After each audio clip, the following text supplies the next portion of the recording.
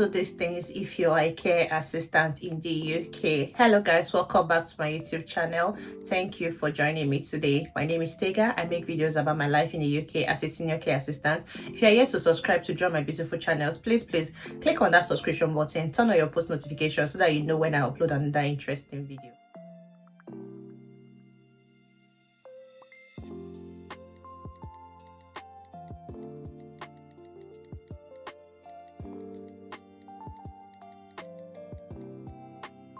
Care assistant or as a senior care assistant, there are things that you should do and things that you should not do. So in today's video, I'm going to be elaborating more on things that you should do or things that are required of you that you should do and things that you should not attempt to do, because this job that you are, that there are limitations and there are expectations that is required from you by your employer. So know your limits and know what you are required to do. That's why you have to read your contract very well and read the job description. If you don't understand your job description, speak to your manager, let them elaborate and give you in details, explain the job description to you in details so that you will know what you should do and what you should not supposed to do. Because if you end up doing the wrong thing, you may end up being in trouble, because they will tell you that they've covered themselves, they've already explained it what you should do to you. So anything that you do outside your job description is not allowed in this job, and it can affect your DBS, it can affect your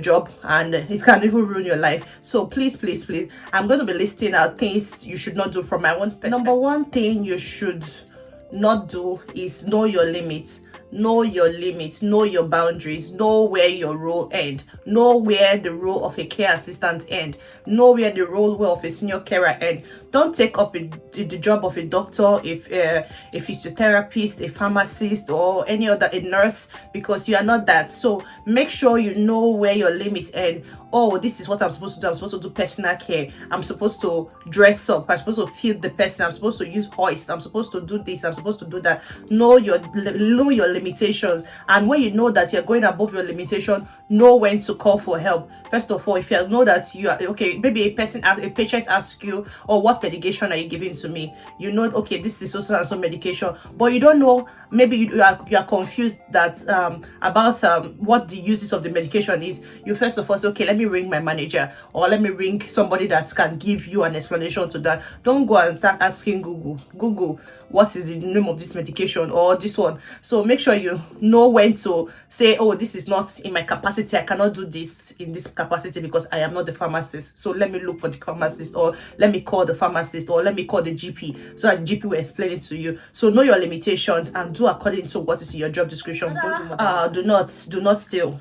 Stealing is going to ruin your reputation. It's going to ruin your character and everything. Please, any way you see, anytime, because most times we are dealing with dementia patients and everything. They may end up even giving you money, like, take this money, take it as like a tip or something after for a job well done. Don't take it.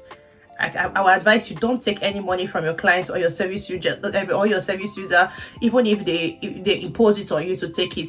First of all, you say no, document that you said no to that, taking that money, and also inform somebody about it. Inform your manager. If you're in domiciliary care, call your manager. Mrs. So and so person gave me insisted I take £20. No, I refused the £20. I documented that I refused, let's say £20. £20 is still in our custody.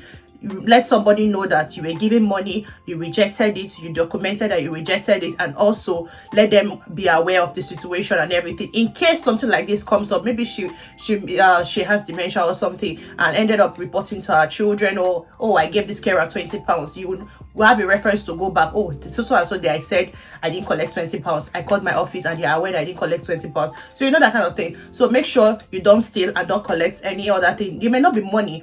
It may be gifts. Like at the end of the year, they may decide to say, oh, they want to give you maybe a present or something. You may not don't collect that present unless you call your manager or your supervisor and you tell them, oh, they want to give me a present for a job well done, or they want to give me a card. They can tell you, oh, take the card or take the present or something like that. But make sure they are actually aware of what you're doing at all time regarding finances, and any money or transaction that is being given to you, either to buy food or groceries or whatever it is for that service user. Make sure it's being documented and receipts are being kept so that they can know the trace of every money that you handle, just to protect yourself and also protect another do not is do not work without a contract. There are some people that like do agency or something like that. Make sure the agency that you're working with, you have a contract with them that states your description or your role and everything. Make sure you do not work without a contract. Contract is binding, so that contract is going to protect you in case of any error or any mistake or any allegation or anything. Even if you're working with an agency, get a contract and do not work without a contract, just to protect yourself, and also knowing that you are holding a care visa and you don't want anything to spoil your record, or you don't want to lose your job in the process. Just get a contract. And a contract, I've done a video about contracts and everything you should look at in a contract. If it's even an extra hour you're doing, still get a contract for that extra hour so that you know your job description, and everything should just be in black and white, just to protect. Do not make a decision for your clients. You are not in the right space to make decisions for them, even if they don't have a capacity to make that decision. If you go through their care plan, you will know that there is somebody that can make a decision for them. For example, if we're in domiciliary care setting, there's always a care plan in every house. So what we do, or we normally do, or what I normally do, is that when I go to a new client's house, I read the care plan to make sure that, oh, I know the person that that can make a decision for the person I'm taking for. I prompted a service user to have a shower and she does not want to have a shower. There's somebody that I should call that will let the person know that, oh, it's time to have a shower, or she declined a shower or something like that. So I won't just take laws into my hands and say, oh, you must have a shower, it's morning, you must have a shower. We can't actually impose that on the client. We can't make that decision for them.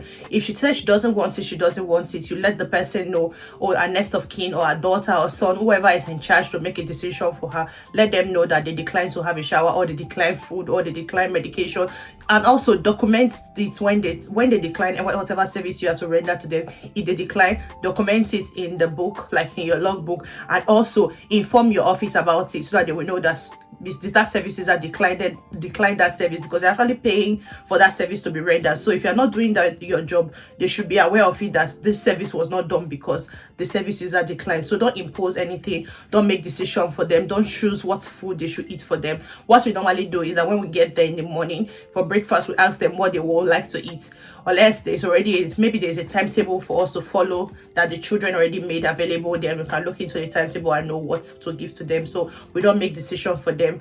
And also what I said about care plan. The fifth, do not read every client's care plan. Care plan is a map of what this service user is. It's like a guide on how to treat them, or what they like, what they do not like. Everything is in the care plan. Their GP is in the care plan, their pharmacist, whatever, if they are into field, if they're in therapy and everything, if they are going to daycare outside their house, everything is in the care plan. So if you read the care plan, you'll be able to have like an overview or a picture on what you should do and what you should not do for that service user. Do not embarrass your client or service user. Embarrassment in a way that, for example, they are eating and everything, maybe they made a mistake or something. You don't scream at them, oh, don't do that, or something like that. You don't do that. You don't caution them, you don't do anything. You treat them with love, treat them with respect, treat them with dignity and everything. Don't embarrass them, don't talk to them rudely, don't let your expression be friendly and happy at always, because people read your body language a lot. That's what I say. Make sure that you are not giving a body language that you're angry or you're pissed off or something like that. Make sure that you are being polite and treat them with respect as always. Do not embarrass them. Do not talk down at them. Do not scold them. It's not your duty to do that. So just do your job. Make sure you keep a happy face. And another thing you should do is that be vigilant and report any suspicions. For example, you went to a client's house and the person was not in your house at that same time, at the time you're supposed to render a service. Be vigilant. Make sure you know where the person is. If the person is not there, you call the person on phone. If the person's phone is not going, you call their next of kin, you call the office, make sure that everybody that is aware or that is responsible for that client knows what is going wrong with them. If they stop eating, if they are not taking their medication, if they're not doing a certain thing that they are supposed to do, make sure you report back to the office. And because it's your responsibility to take care of them, so you're responsible for them. So any suspicions you get, cuts, bruises, malnutrition, anything that you notice that it's affecting your service user, make sure you report to the appropriate channel, either their children or to social worker and everybody that's involved in taking care of that service user, because everything lies on you. You are the one on ground and you want that take care of the person. So make sure that anything that you see that is not good, if they're expired food, anything that is in their fridge and everything, make sure you report back and properly document. Using a wrong tools or double up. So let me just first of all, using the wrong tool.